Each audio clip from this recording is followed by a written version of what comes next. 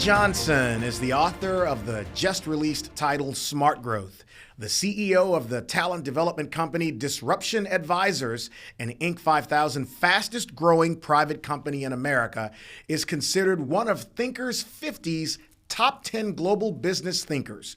Whitney, who has worked at Fortune 100 companies and as an award-winning equity analyst on Wall Street, co-founded the Disruptive Innovation Fund.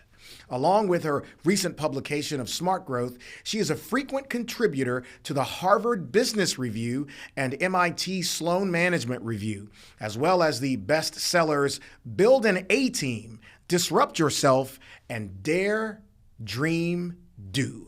Thank you so much for being with us this morning, Whitney. I'm looking forward to the conversation we're about to have. And speaking of, let's begin with a conversation about the S-curve. Going all the way back to 1962, it's still pretty relevant today. What is your impression? Give us the rundown on the S-curve and share with us how it's evolved in the way that it has been applied. Yeah, well, Clay, I'm very delighted to be with you this morning.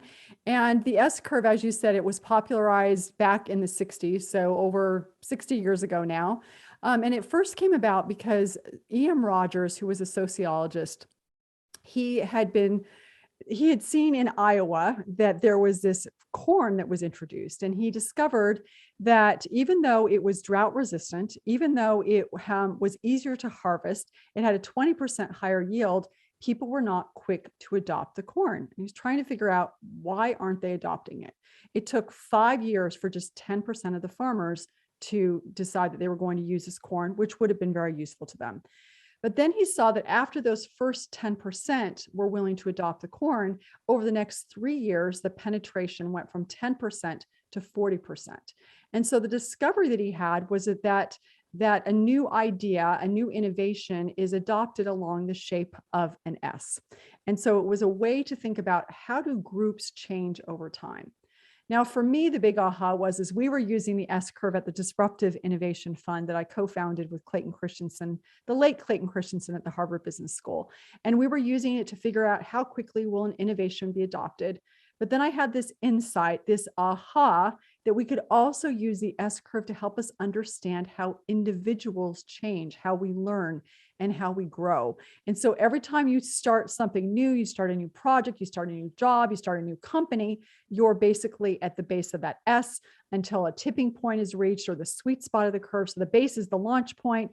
The tipping point moves you into the sweet spot where things are fast.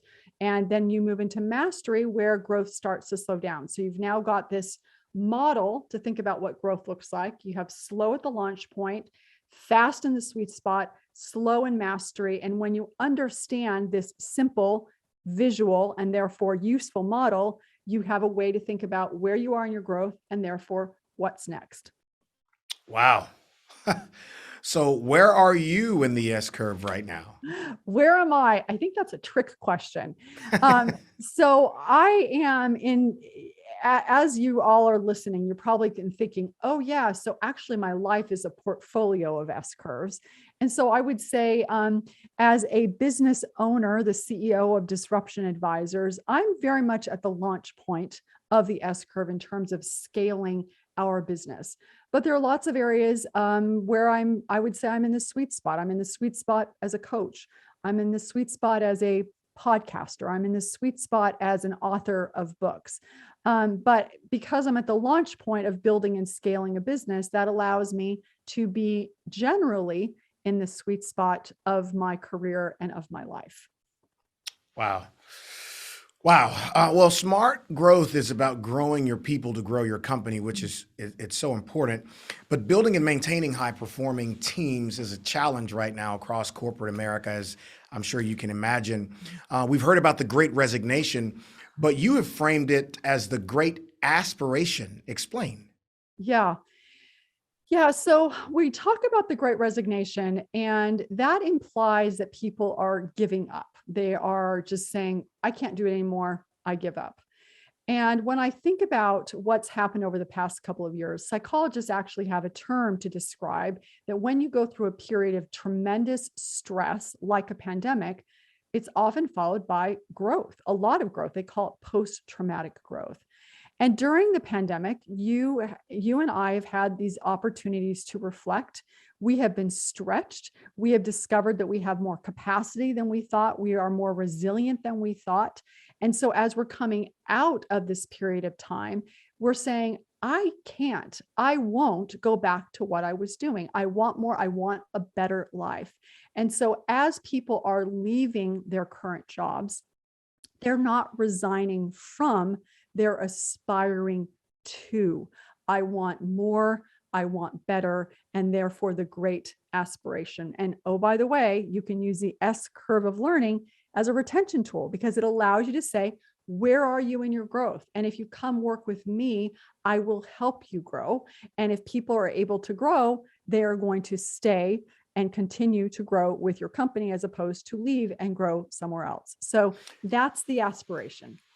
It's interesting when someone is starting a company or even at the other end of the spectrum, moving into some place of authority in a major company, the understanding the culture and really employing these tactics that you talked about take time. How do you keep a person from being intimidated by having to understand these things that you're talking about and still be efficient and functional in their capacity in leadership? Yeah. It's a great question, Clay. And I think what I would say, part of the reason why the S curve is so valuable is because it is so simple. I mean, you and I just had this conversation and I introduced it to you. It took maybe 2 or 3 minutes. Hmm. And what it becomes is this common language that allows you to start the conversation. So for example, if you have a brand new employee working for you, you can sit them down and say, hey, I want to show you the S curve of learning. I want to talk you through the experience that you're about to have. You're brand new. You don't know our culture. There's some training that you probably need to do. And so growth is going to be happening, but it's going to feel slow because you're figuring out all these new things. You've got to figure out who to work with, how to work with people. Your brain is making all these predictions. Your dopamine's dropping. So you're going to feel overwhelmed and discouraged. And what I want you to know is this is normal. When you go home from work and are feeling discouraged, this is normal. This is how you're supposed to feel. And then what's going to happen after you put in the effort is you're going to move into the sweet spot and you're going to say, I love coming to work. I am on fire. I feel like things are hard, but they're not too hard, and they're easy, but not too easy. You're going to feel exhilarated, like you're exactly where you're supposed to be. And then at some point, and though it doesn't feel like it will ever happen, you're going to reach the top of the curve. You're going to hit mastery. And what's going to happen there is you're going to start to get bored and you're going to need a challenge. And what I want you to do when that happens, and don't leave, I want you to come talk to me and say, hey, I need more dopamine. I need a challenge. I want to continue to work for you and at this company. So what can we do to help me keep climbing or jump to a new curve? So it's that simple, Clay. You have that conversation when someone first starts, and then you now have this common language to talk about their growth and development, which will over time turn into the growth and development of your team and your organization. Well, let's lean in there. What is the risk for employees who reach the mastery phase of the S curve, and how do you get that spark going again? Yeah. So what's happening when you're at in mastery is your brain has run this predictive model, and they're like at the launch point, how do I get to the top of that S curve? And they were running all those predictions. At the launch point, they were incorrect. But in mastery, the model is now working. So they're saying, I figured it out. Ta-da. So what you can do is you say to yourself, they need more dopamine. How am I going to get them more dopamine? They're going to get dopamine by giving them a challenge. And so what does that challenge look like? The challenge may be that you have them jump to brand new S curves. For example, let me tell you a quick story. Patrick Bichette, he was formerly the CFO at Google. And when he first started there, he had been in operations before, he'd been a CFO. And so Eric Schmidt, who was a CEO at the time, said, well, I can hire you, Patrick, but you're going to be bored in about 1.5 years. Basically, you're going to be at the top of the curve. That's going to be a problem because I want you to stay here longer than 1.5 years. So every time you start to feel like you're bored, I want you to come to me and say, hey, top of the curve, I need something new. That's what he did. So he started out as just finance. over time, he took over people, he took over all of operations, he took over Google Fiber, and he took over their nonprofit, because every 18 months when he got to the top of a curve, he had a new challenge.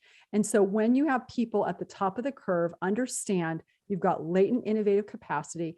If you will give them a challenge, either a new assignment, have them do S-curve loops and bring other people along, their brains will re-engage. They'll start to get dopamine again. And so you will be able to potentially retain them if you catch it soon enough. So that's what they need. They need a challenge. And I'll ask this question kind of as a follow-up to that. And I think the answer is kind of obvious, but I would still like you to elaborate.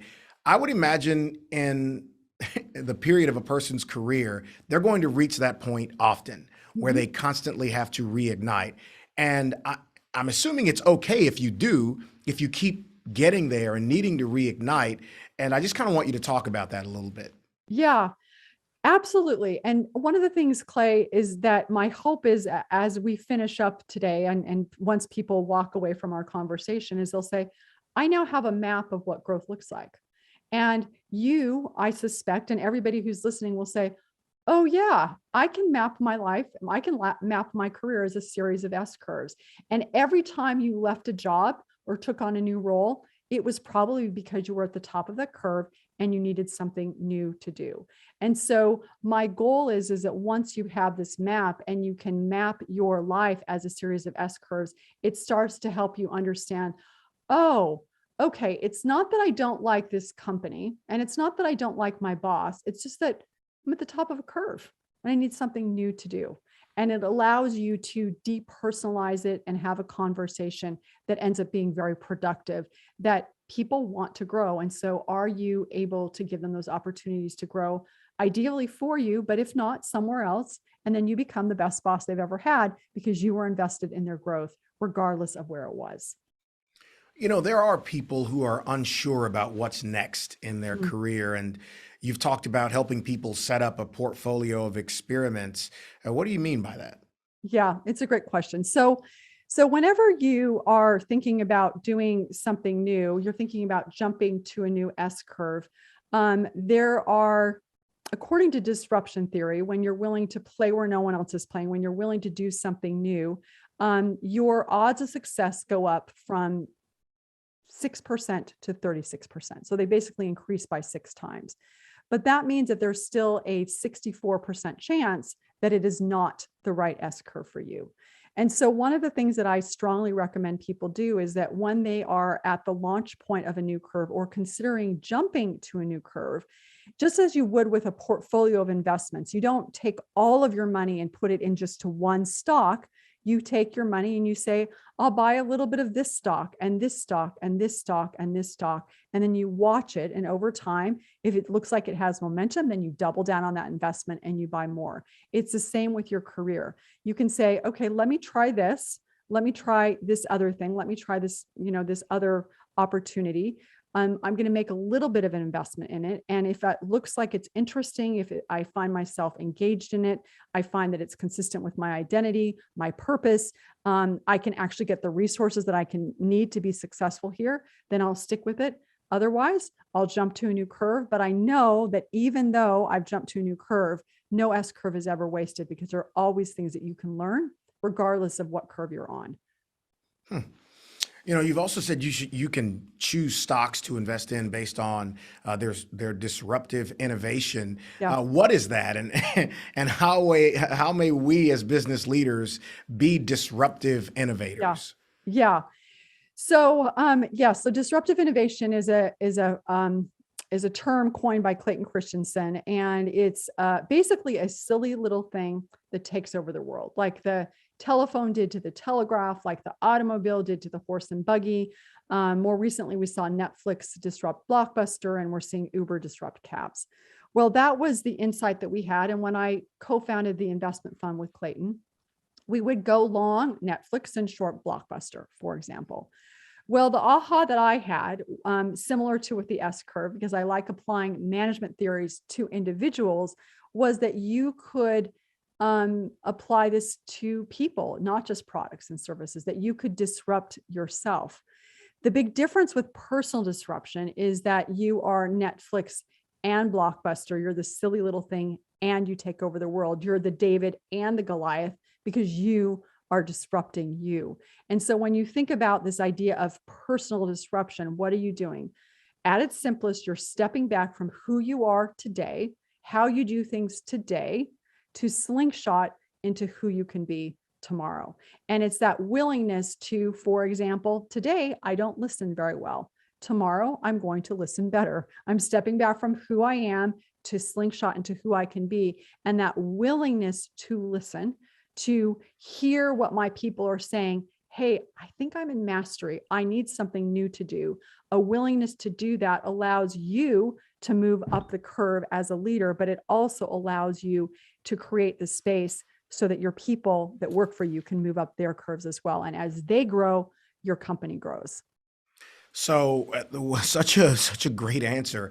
And this next area is one that so many of us have dealt with. Now, your book talks about saying no to yes and how servant leaders often overextend themselves. So how do you stay in the sweet spot there without overextending? Yeah. So one of the things I would say, Clay, is that, oh, it's so fun. I just realized this. Like my mentor, Clayton Christensen, is your name Clayton or is it just Clay? It is. Oh, Well, it's Clayton. That's right. I love it. Clayton. Okay. All right. So one of the things that happens when you're at the launch point of the curve is that you need to say yes a lot. You need to say, yes, I'll try this. I'll try that. I'll try this other thing. But as you decide what you want to do in order to gain momentum, in order to accelerate into the sweet spot of your learning, you need to start saying no. And saying no is really hard for many of us to do. Sometimes it's hard to say no because it's like being a kid in the candy shop. There's so many opportunities. I want to say yes to all of them. Sometimes it's hard to say no because our identity is built on saying yes to people. The reason that we need to say no is that in order to maintain that momentum along the curve, think about this car that's going really fast. You have to focus. And so the ability to focus is what's going to allow you to complete that S curve. And so you want to focus by saying no, including to, and this is where every manager who's listening, you need to give the people who work for you permission to say no to you. Oh. Right? I can almost feel people sitting back in their chairs when you said that. Say no to you. So what can that look like? If you go to them and say, wow, you are in the sweet spot. You are so competent right now. You are a high performer. And you're like, can you do this? Can you do this? Can you do this? Can you do this? Then they'll be like, yes, of course I can do all of that. And then you say to them, but what I want you to do is I want you to prioritize. I want you to come to me and say, hey, I know you said there are 10 things that would be nice for us to be doing, but here are the 4 things I think we should be doing. And I'd like to say no to all these other things. And I need to say no to you. And then you as a manager say, great, thank you for thinking so strategically. It's good to say no. And I need you to now focus on these things, say yes to these things and no to these things. Now, the other thing that I want to add in here, in order as a servant leader to continue to move up the curve, part of saying no, well, one of the reasons you need to say no is so that as you're climbing this mountain, you can rest. You need to be able to rest. You need to be able to take a break. You need to catch your breath. And there is a wonderful quote by Tiffany Shlain. She wrote a book called 24/6.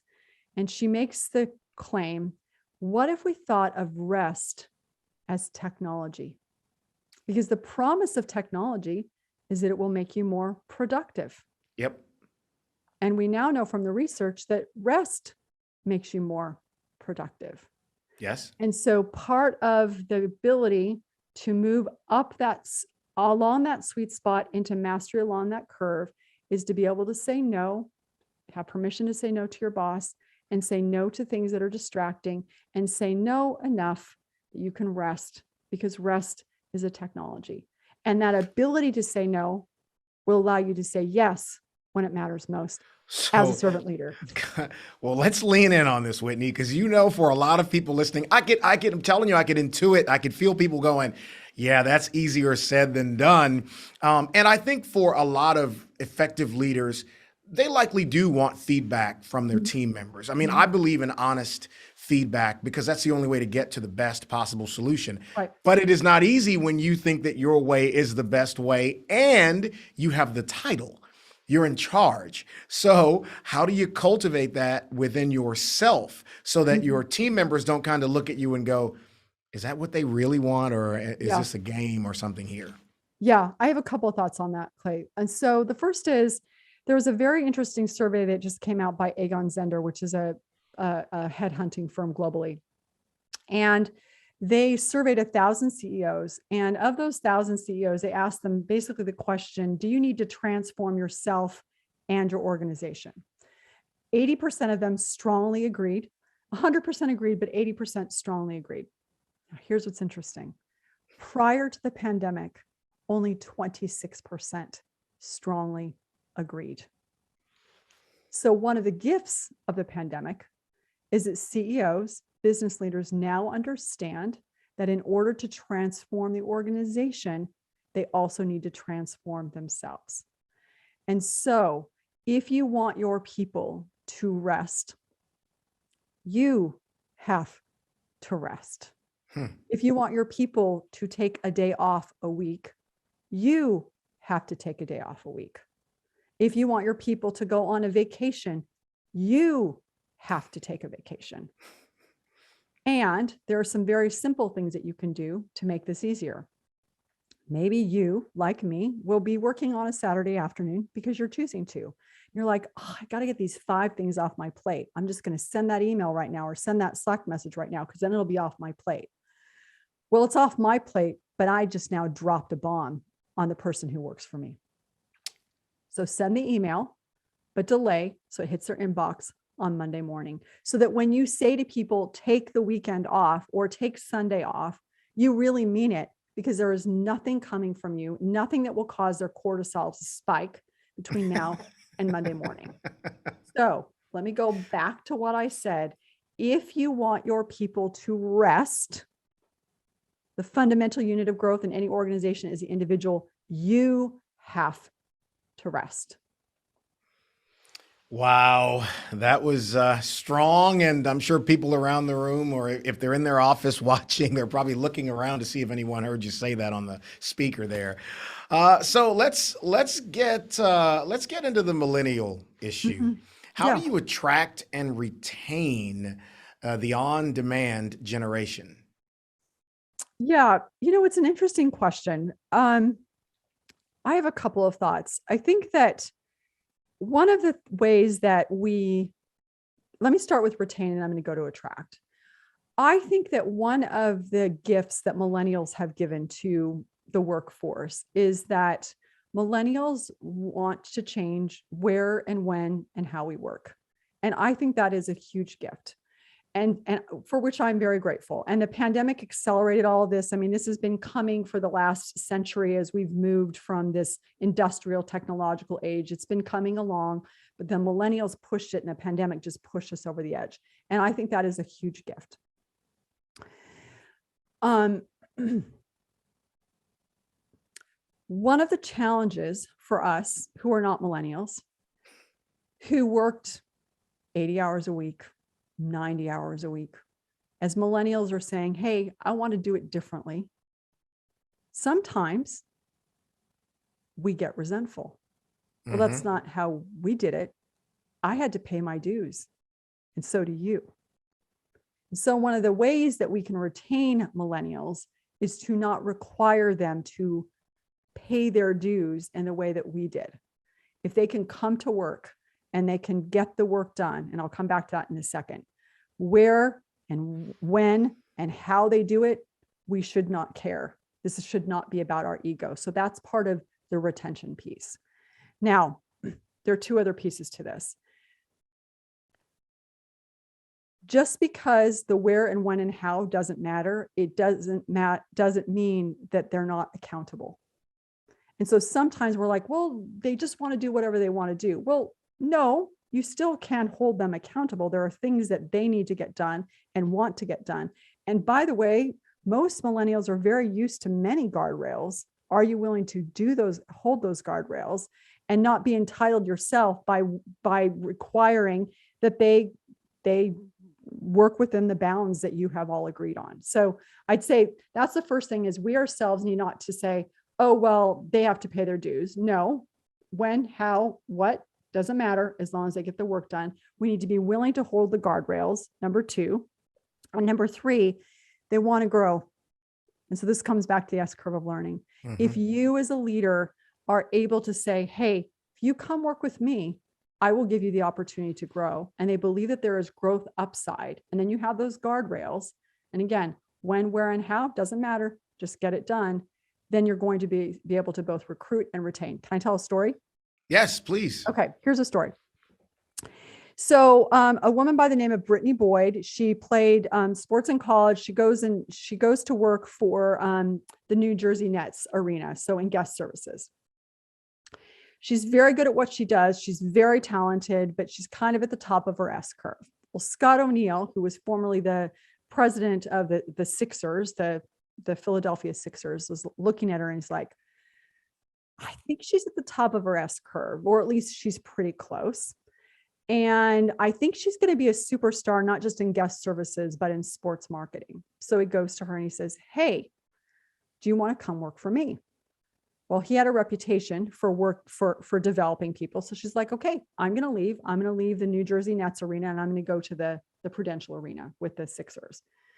So true to his word, she did have to start at the top of her curve in guest services. Sometimes you have to do that when you change jobs, doing in master what you already know how to do. But he shortly gave her an opportunity to move into business operations. And even truer to his word, within a few years, he made her the chief marketing officer. And some people were like, whoa, well, she doesn't know how to do marketing. And then he said, but does it matter? Because what she does know how to do is she knows how to hire great people and she knows how to build a team. And if she can do both of those things, she'll be just fine as a chief marketing officer. She's a millennial. This is a perfect example. Give them an opportunity to grow, give them, rules that they need to follow, and then help them grow. And you will both recruit and retain people. Well, let me lean into that just a little bit, because I think you're absolutely right. We talk so much about the things about millennials that may frustrate us, but I think the list of things about them that make them efficient is longer. For instance, the ability to multitask and to integrate technology into their lives in a way that gives them more time for leisure or whatever, and they still get the work done. So there's some positives there. And I think I really want people to hear what you just said in the crux of that story. He recognized her talent and knew that talent would be able to thrive in other places. How does a CEO cultivate that eye to be able to see, well, yeah, they work over here and they're really killing it. I want to move them over there, but I'm worried that the two areas won't translate. Yeah. Well, I think there are a couple of things. So part of this is this idea of spotting momentum. And I come from a background as a stock picker. And so I think about where is their momentum.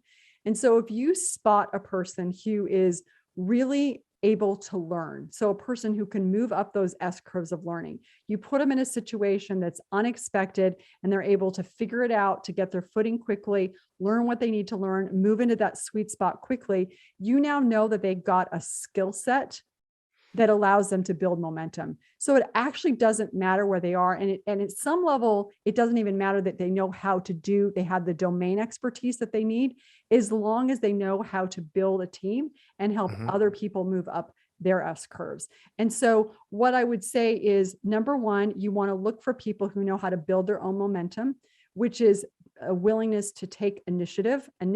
People ask me oftentimes, well, what do you want young college grads to know? And my answer is, I want them to know how to take initiative and take initiative and take initiative and take initiative. Because if you know how to do those things, you're going to be able to gain traction. And the second thing that I would say that you want to look for is, do they give credit to other people? And do they know how to play on a team? And so you can ask them questions like, hey, how did you get to where you are?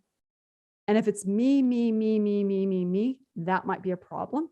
If it's like, hey, I did this and this person helped me and I learned this from that and I collaborated with this person, All of those things are going to contribute to your knowing. Not only do they take initiative, but I know that they can collaborate, and they're going to get up that mountain, and they're not going to say, hey, I got up that mountain, but oh, Ted back down there is dead. No. We all made it up the mountain together. So initiative, the ability to learn, to move up an S curve, and then willingness to collaborate and work as a team. Look for those three things.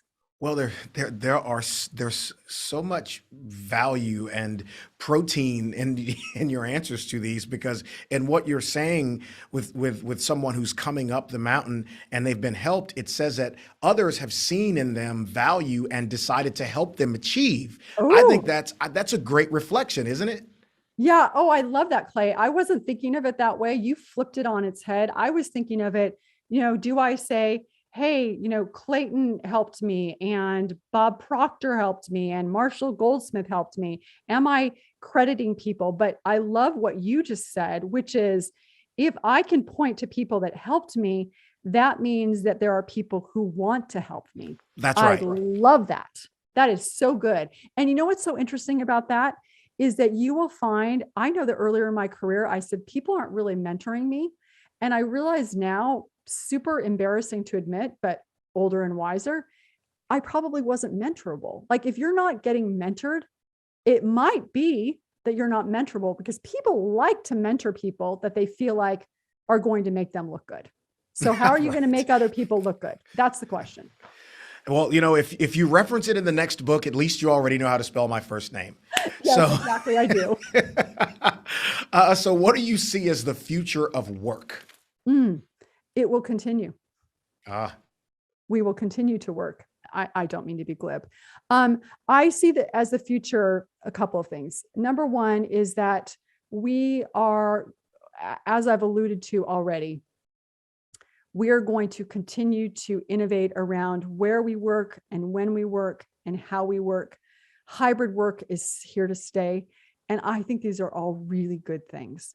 Right now, over the past 2 years, it's been a bit complicated for us because the boundaries have blurred between our work life and our personal life, and we haven't quite figured out how to do that. But over the long term, I think this is very positive, because it means that we're not compartmentalizing our lives quite in the same way that we had. And so our personal life and our work life, they're going to come together, and there's going to be this sense we're going to be more holistic. So the future of work is, I think we're going to continue to work very hard. I think many of us are going to continue to love our work. I hope more of us will love our work. I think the hybrid work piece is here to stay. And I believe strongly that the pandemic tipped what was already happening, is that people want to bring their dreams to work. And so, go ahead. No. Go ahead. Finish your thought. Well, we want to bring our dreams to work. And if we know we can grow at work, then we get to bring our dreams to work. And if we make it possible for people to dream for a living, we will be able to recruit and retain every single day, every single second of every single day. Imagine being able to cultivate that, again, the word cultivate that, in your team, where the person over a certain division or area of the company is getting to live out their dream in a capacity that helps your business. There is so much value in that. Yeah, absolutely. I mean, we spend so much of our time at work. And so when we can go to work and just say, I love my work, I love it, because you feel the sense of autonomy. This is the sweet spot, right? It's self-determination theory. You feel autonomy, you feel related to what you're doing, you feel related to the people that you're working with, you feel a sense of competence. I mean, who doesn't want that? We all want that. The very first thing I say in the book is growth is our default setting. If we can go to work and grow, we're happy, we're productive. And if we're happy at work, guess what? We're happy at home. I'm telling you what, if this conversation doesn't fire you up, it just can't happen. I mean, because you got me fired up over here. Tim's nodding his head at every answer. So your book, Smart Growth, is full of stories, and you use them in your teaching techniques. Tell me about you, some stories of success that helped you in your own career journey and that have been inspirational to you and helped you create momentum. Yeah. So, one story, it's not so much it's kind of a story, but early in my career, when I first started working on Wall Street, You're going to laugh. I'm going to tell you a fictional one and a real one. So when I first started working on Wall Street and I was working as a secretary, I had majored in music and just now starting, and I've got these bullpens and stockbrokers. I mean, like it's the 80s. And I watched Working Girl, the film. And that really inspired me because I was like, I'm her. I even had big hair. I can be her. I can become an executive. So that really inspired me. On a more serious, it's true, but on a more serious note, I remember reading a book called The Female Advantage by Sally Helgeson. And she talked about how she highlighted Frances Hesselbein, who was the CEO of the Girl Scouts, how there were different ways of women working, that all I had in my mental model was, here's how a man would do it. And when I was able to start seeing how women would do it, and there were certain things that were innate and stylistically different, that unlocked things for me of recognizing, oh, okay, I now understand why this isn't working, because it works for a man, but it doesn't work for a woman. But I also understand that there are things that I am doing as a woman that will work for me that may not work for a man. And so that was very inspiring. One other, more recently, Bob Proctor, who just passed away, I mentioned him a few minutes ago. Here's a man who was basically Tony Robbins before Tony Robbins. You know, he was in his 80s. But I met him a few years ago and he dropped out of high school. He was 14, barely literate. And through the power of his mind and disrupting his mindset and understanding that what you believe can become reality, changed his life, became a multi-millionaire, but also empowering so many other people. Over the past couple of years, he has really helped me further disrupt my mindset and believe even more is possible than I thought was possible 5 years ago. And so that has, his story and how he thinks about the world has been very inspirational. Wow. I mean, I could talk to you for another 90 minutes, but unfortunately, we got to reach the end at some point. So I'll end with this question. What are the top 3 takeaways you hope readers and our audience get from Smart Growth? All right. Takeaway number 1. I hope that every single person, as they read this, believes more than they believe today that growth is our default setting and human growth is unbounded. The more we grow, the more we can grow. So that's number 1. Number 2, I hope that people will walk away from this book and say, okay, I'm ready to grow, but I'm not sure how. Now I have a map. And the S-curve of learning is my map. It will help me understand where I was, where I am, and where I want to go. I've got this simple visual model to help myself, help the people I work with grow faster. And the third thing that I hope that people will take away is to understand how you can use it in a very practical way. It decodes, it helps demystify personal growth. It decodes talent development, recruiting, and retention. And it also helps you think about, if I can grow my people, I can grow my organization. And so you can use it and manage your organization as a portfolio of curves and use it to help optimize your team for innovation. So those are the 3 things. Growth is our default setting. Use the S-curve of learning as your map, and then you can use it to demystify personal growth and decode talent development and help your organization innovate. Whitney, you have been amazing. Thank you so much for taking the time to talk with us this morning. Your insights into smart growth and how critical it is to grow our people, to grow our companies is, I mean, it's incomparable. And I'm sure everybody enjoyed everything you had to say. Again, her just released book is Smart Growth. I'd like to thank all of you for being with us, our guests. And Whitney, it's been just absolutely amazing to talk with you over this last few minutes. And man, just a delight, the energy, the insight, everything. Clay, thank you for having me. And thank our sponsors for making this episode possible. We'll see you next month.